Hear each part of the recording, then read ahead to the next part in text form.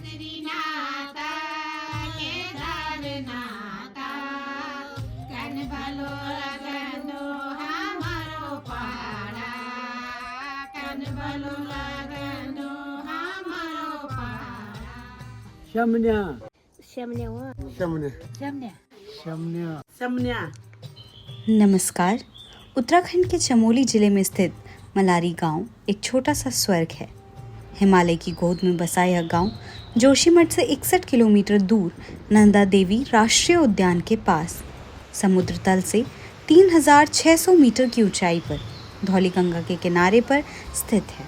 ये मलारी की यह भोटिया जनजाति 6 माह शीतकालीन में निचले स्थानों में नदी के किनारों बगड़ों पर निवास करने आ जाती है, क्योंकि यहाँ शीतकालीन में काफ़ी बर्फ जमा हो जाती है, जिस वजह से यहाँ रहना मुश्किल हो जाता है और 6 माह बाद वह वापस मलारी प्रस्थान करते हैं। नमस्कार, मैं ग्राम प्रधान मलारी मंगल सिंह राणा। हम लोग भोटिया समाज से बिलोंग करते हैं और हम लोग भोटिया हैं और हम लोग सन 62 से पहले इधर मतलब बसे हुए लोग हैं। यह गांव अपने अद्वितीय प्राकृतिक दृश्य और सांस्कृतिक धरोहर के लिए जाना जाता है। जनपद चमोली से उत्तर पूर्व में अवस्थित विशिष्ट भूभाग पर निवास करने वाली मलारी भोटिया जनजाति के लोग स्वयं को रोंगपा कहलाना पसंद करते हैं। इस जनजाति के 2 वर्ग तोलछा व मारछा नाम से जाने जाते हैं। ये लोग अनादिकाल से यहीं रहते चले आए हैं। मलारी में तोलछा वर्ग निवास करती है। यह जनजाति क्षेत्र न सिर्फ अनंत प्राकृतिक सौंदर्य से अभिभूत है, बल्कि धार्मिक दृष्टि से भी अति महत्वपूर्ण है। मलारी गांव के निवासी बहुत ही सरल और मिलनसार हैं। यहाँ के लोग अपनी पारंपरिक रीति रिवाजों को और संस्कृतियों को बड़े गर्व से जीते हैं। उनकी जीवन शैली में पहाड़ों की कठिनाइयों और प्राकृतिक सौंदर्य का अद्वितीय मेल है।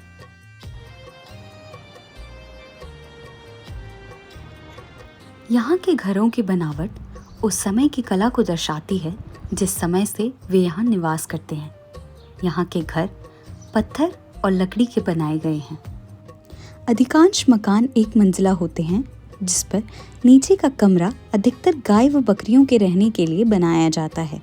इसे ओबरा कहते हैं। यह क्षेत्र चीन की सीमा के समीप स्थित है, जिसके कारण यहाँ सुरक्षा का स्तर काफी अधिक है। इस क्षेत्र में भारतीय सेना और सीमा सुरक्षा बल नियमित रूप से तैनात रहते हैं।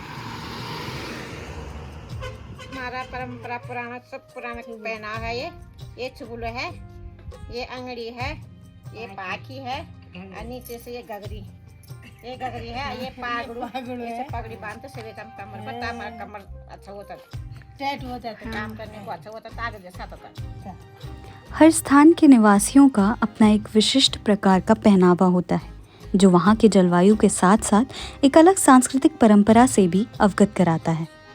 इस प्रकार भोटिया जनजाति के लोग, चाहे स्त्री हो या पुरुष, कुछ समानता व विभिन्नता लिए हुए विशेष प्रकार के वस्त्रों का उपयोग करते हैं। इसके अधिकांश वस्त्रों का रंग सफ़ेद तथा काला होता है। ये ऊनी व सूती वस्त्रों का ही मुख्यतः उपयोग करते हैं। ऊनी वस्त्र खुरदुरे तो होते हैं, परंतु गर्म अधिक होते हैं। आइए जानते हैं यहाँ की मान्यताएं व देव कथाएं। एला आशिम मारो आउधाय अन्ना पता आप कहती में आशिम है ये के भाई तो कह दिए एकदम पर पहले 9 से के आशिम मारो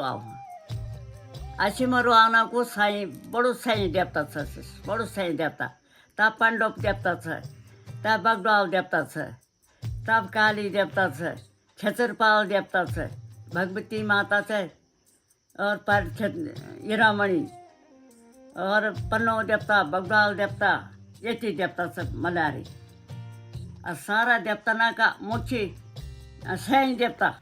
यहाँ पर पूजे जाने वाली हीरामणि माँ हीरामणि पर्वत पिथौरागढ़ से नीति की ओर आई।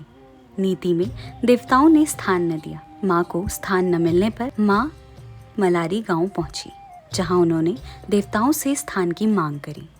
यहाँ के देवताओं ने उन्हें स्थान दिया और माँ ने उन्हें आश्वासन दिलाया कि वे इस गांव की रक्षा करेंगे। इन लोगों के पर्व, त्योहार, मेले स्वयं में विशिष्ट हैं। अनेक प्रकार के त्योहार इन लोगों के द्वारा मनाए जाते हैं, जो इनके द्वारा देवी देवताओं व लाभ हानि से संबंधित माने जाते हैं। सुविधानुसार मल्हारी की भोटिया जनजाति के पर्वों त्योहारों को नीति घाटी के तोलछा वर्ग द्वारा मनाए जाने वाले पर्व हैं नंदाष्टमी, लाफसा, मल्हारी की मानव पूजा, आषाढ़ संक्रांति, बिखोती व बगड्वाल व पांडव नृत्य की पूजा। यहाँ के प्रसिद्ध लोक नृत्य हैं झुमेलो व चांचड़ी, जो कि यहाँ पर्वों के समय किए जाते हैं।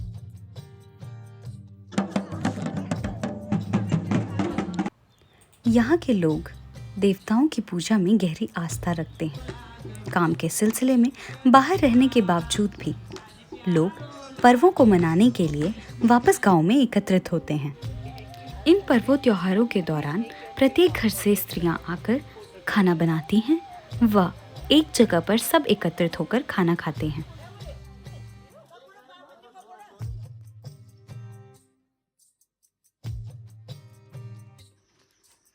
साल भर तो नहीं 3 महीना बारी छ 3 महीना बारी सही देवता करियामा पनो नचुन बगवाल नचुन और सारा गांव का काम पूरे काम वारू मारू सब 3 महीना बारी न उठू अब बारी रहन पूरी मरवाओ नाच नचुना को बगवाल नचुना पनो नचुना को सब 3 महीना बारी न अब वो जब फाटो जब तना नंबर हो तो तब बारी वन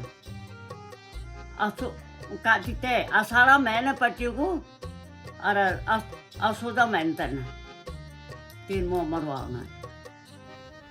यहाँ के लोग ग्रीष्म काल में कृषि उत्पादन करते हैं।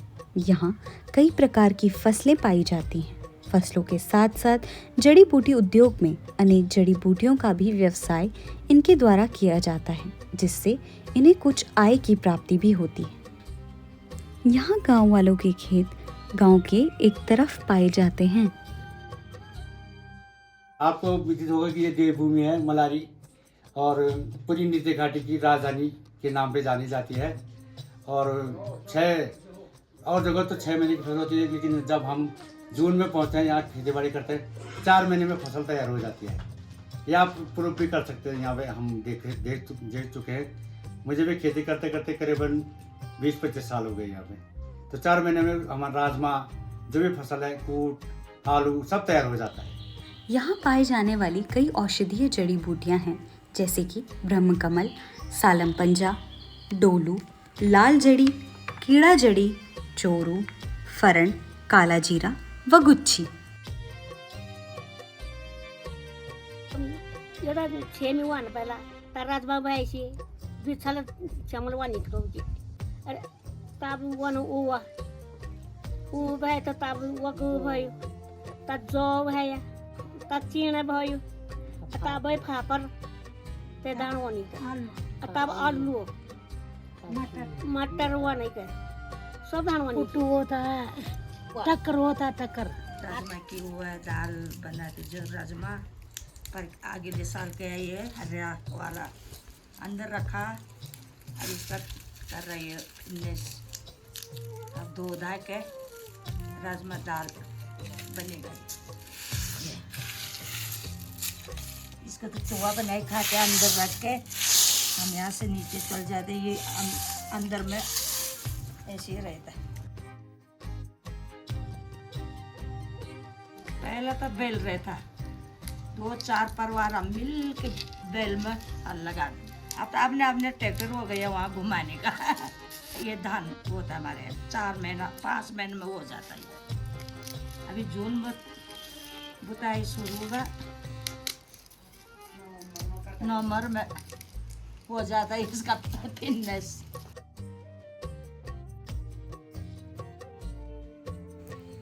गांव के आज भी कई घरों में चूल्हे पर खाना बनाया जाता है। दिन भर की कड़ी मेहनत के बाद शाम को घर आकर चूल्हा जलाकर उस पर खाना बनाया जाता है। इन चूल्हों को जलाने के लिए लकड़ियां जंगल से लाई जाती हैं।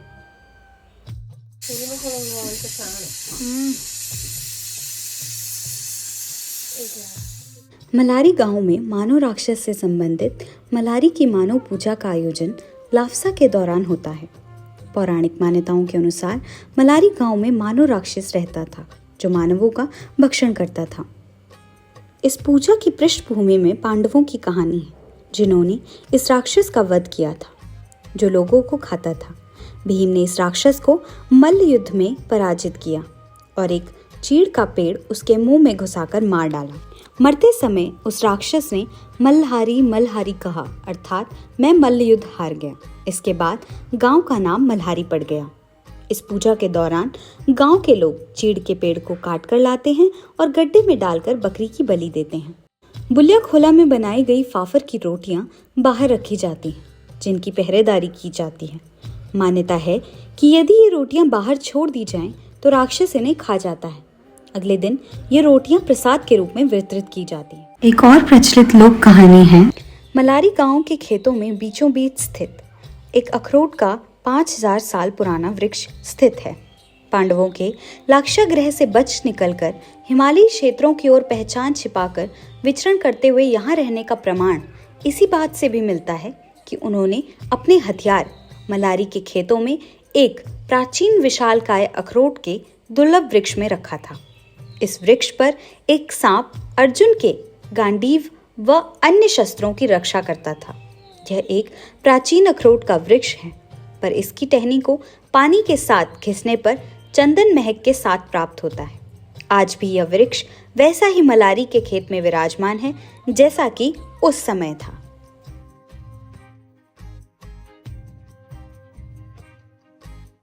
जब पांडव लोग जो है वनवास आए थे तो पांडवों ने यहाँ पे इस वृक्ष पे अपने हथियार छुपाए थे, ऐसा कहते हैं। और ये अखरोट की लकड़ियाँ जो है बड़े बड़े पूजा पाठों में जाती है, लोग आते हैं लेने के लिए दूर दूर से। यहाँ के कई लोग अपनी नौकरी व काम के सिलसिले में शहरों में रहते हैं और जो लोग समृद्ध हैं वे अपने मकानों को और बेहतर तरीके से बना चुके हैं। आज भी यहाँ 6 महीने बाद जब लोग वापस आते हैं तो उसमें अधिकतर बुजुर्ग होते हैं। आज भी यहाँ की कोई भी पूजा या अर्चना होती है तो सबका आना अनिवार्य होता है और सभी लोग आते भी हैं। धन्यवाद।